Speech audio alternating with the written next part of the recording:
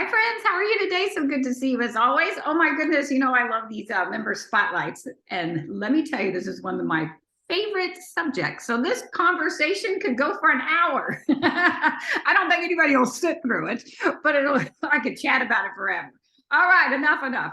All right, so joining me today, this is so much fun, is Peter Scalzitti with Cruise Planners, correct?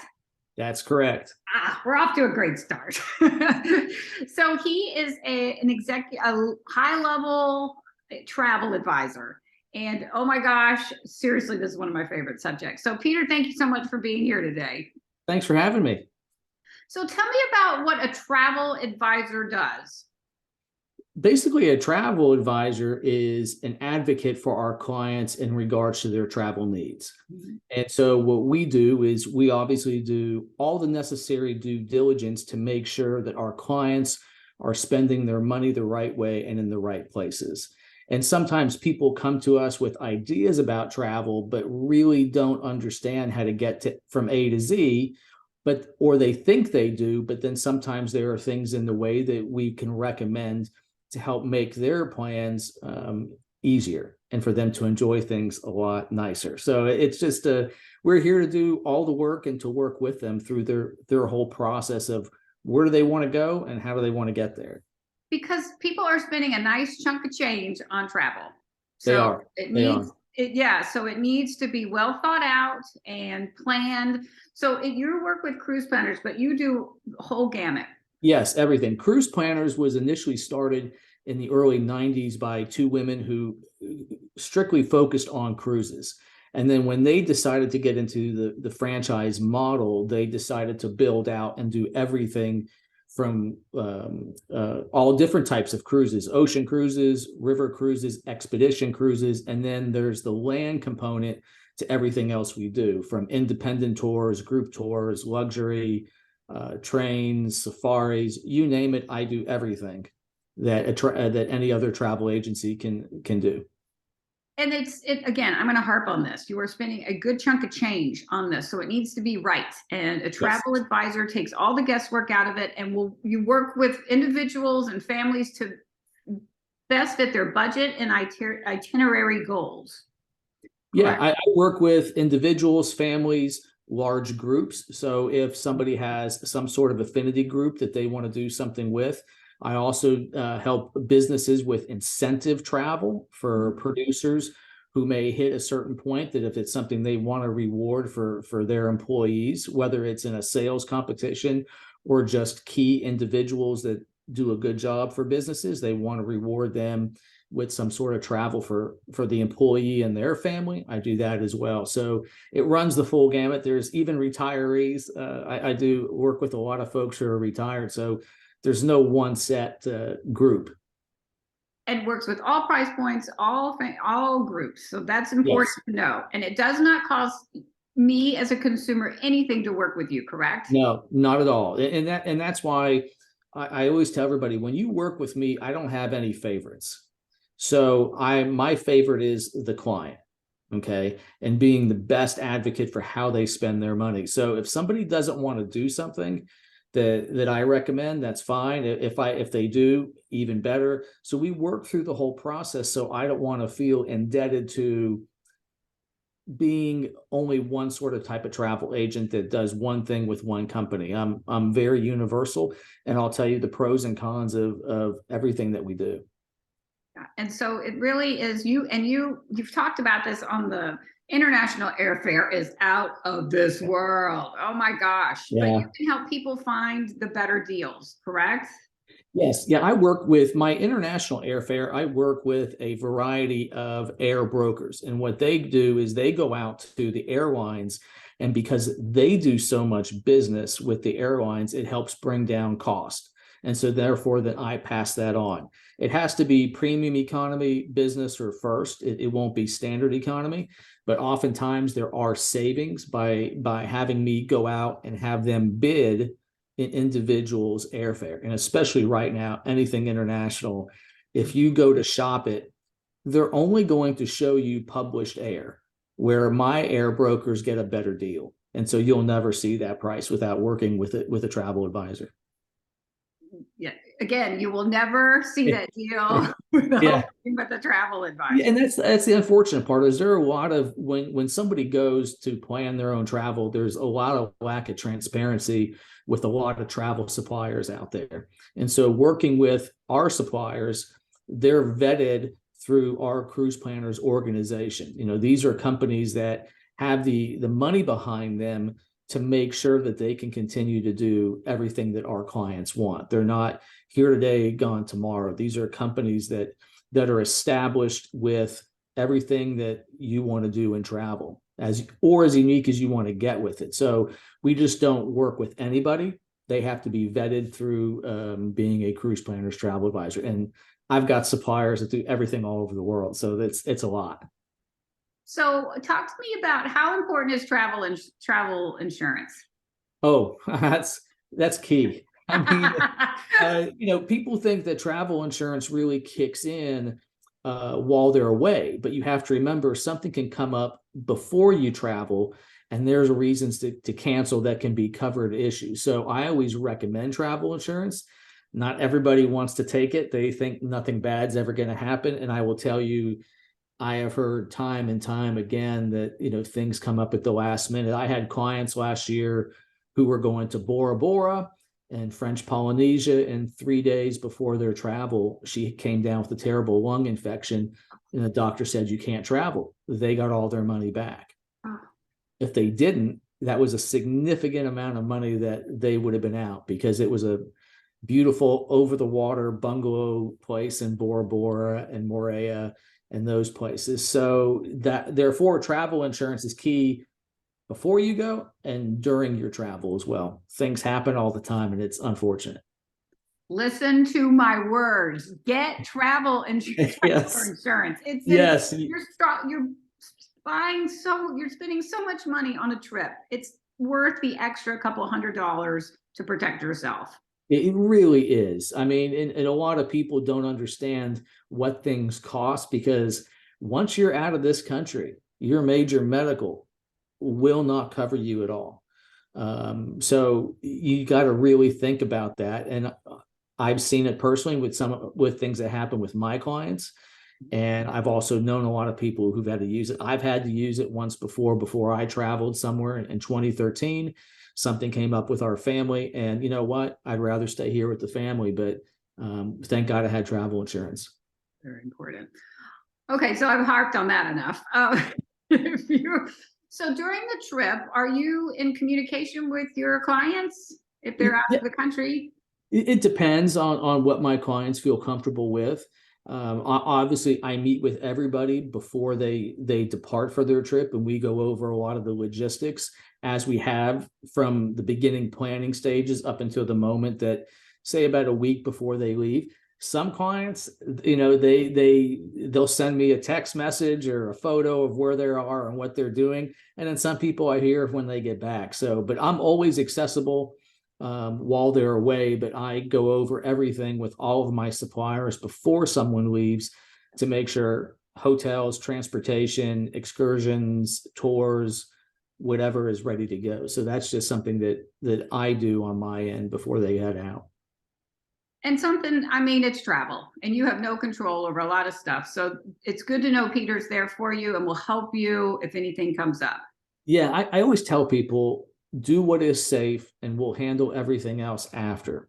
Because even though something's happening in the moment, I may not be able to solve that problem, but still safety is paramount. And obviously trying to do something that you have the best situational awareness of where you are and what you're doing in order to continue on your way. And if that costs a few more dollars, we'll figure it out afterwards. But you know, continue on your path and we'll cover it, because sometimes I just can't handle it in the moment. There's no way logistically for that to happen.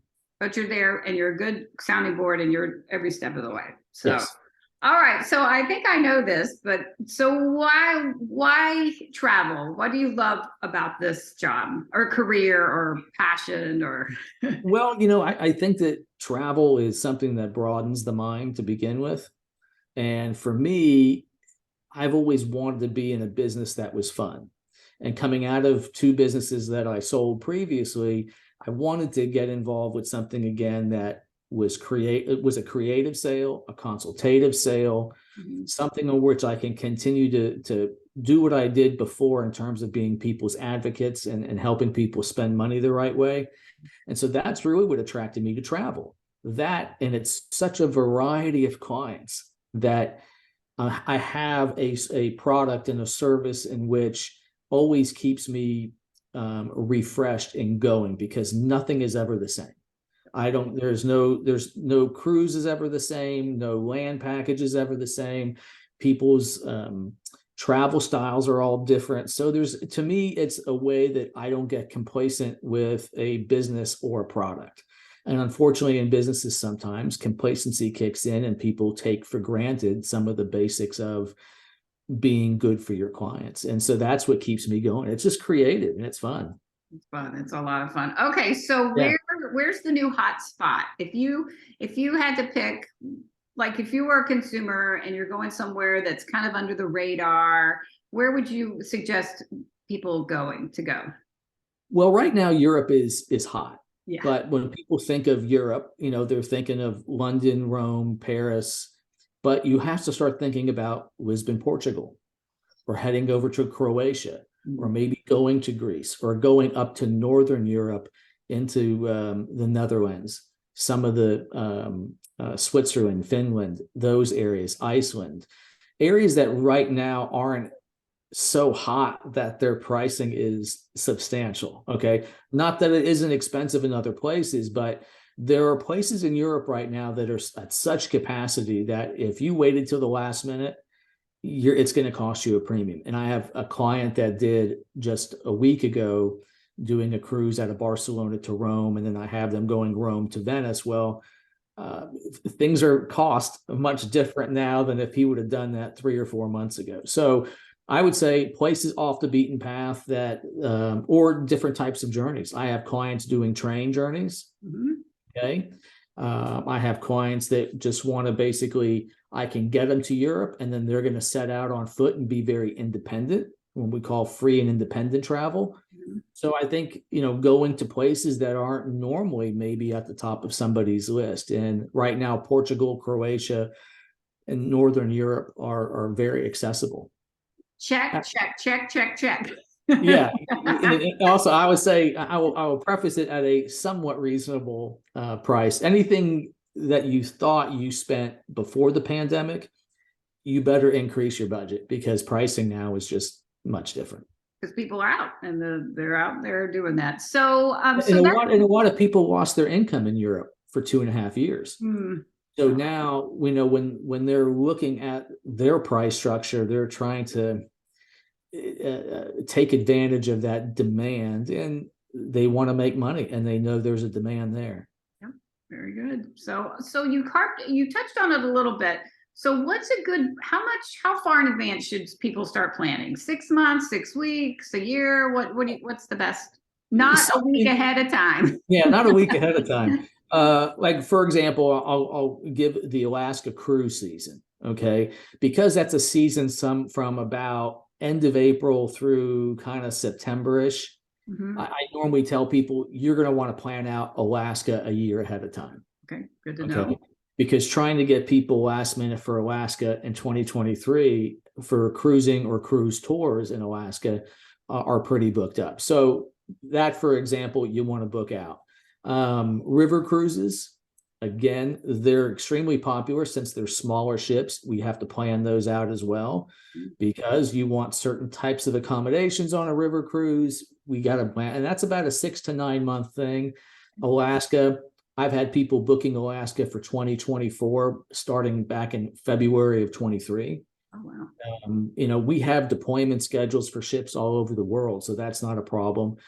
Europe, I would say about 3 to 4 months. You want to plan that out. The Christmas season and the holidays, especially, is getting tight. So, you don't want to wait until August or September to figure out Christmas plans. So I would, on average, say if it was a standard cruise in the United States somewhere, I could probably find you space on a ship somewhere within 30, 60, or 90 days. But Even cruises right now are in such demand. It's getting tight. So don't wait. Don't wait. Yeah, if there's something on your mind that someone is thinking about for this year, or especially for 24, I will tell you, take advantage of promotions that are in place this year, and as well as the logistics of getting there. Now, some airfare can't be purchased 12 months in advance, so we have to wait sometimes to do that. But at least I can continue to track that, like I do for a lot of my clients looking to fly in 24. Very good. Okay, so here's the $1 million question, and you can only name one. What is your favorite place that you've ever traveled to? Only one. Wow. I love Rome, Italy. There's so much history there. The art, the architecture, the food, the culture. I fell in love with Rome, and I love going there. And my wife and I have spent a lot of time traveling in Italy. So we kind of get the way that you have to travel in Italy is much different.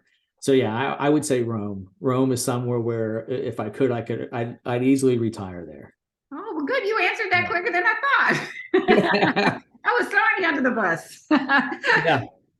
So what's the best way to reach you? Email, phone number, a combination of both? What works best? It's a combination of people sending me either a direct message on LinkedIn, calling my office number, texting my office number, and email. So I'm very accessible many different ways. And so on my I have all that information on my business page, plus my personal LinkedIn page, and my website is pretty easy to remember, and that's where everybody can reach me as well. So tell us your website. Website is cruiseplannershouston.com, all one word. Just make sure you have the S after planners, but cruiseplannershouston.com, and then phone number and email. On LinkedIn, I have a lot of people reach out to me via direct message, and that's one way that we start conversations. Okay, and spell your last name for us. Scalzitti. It is SCALZITTI.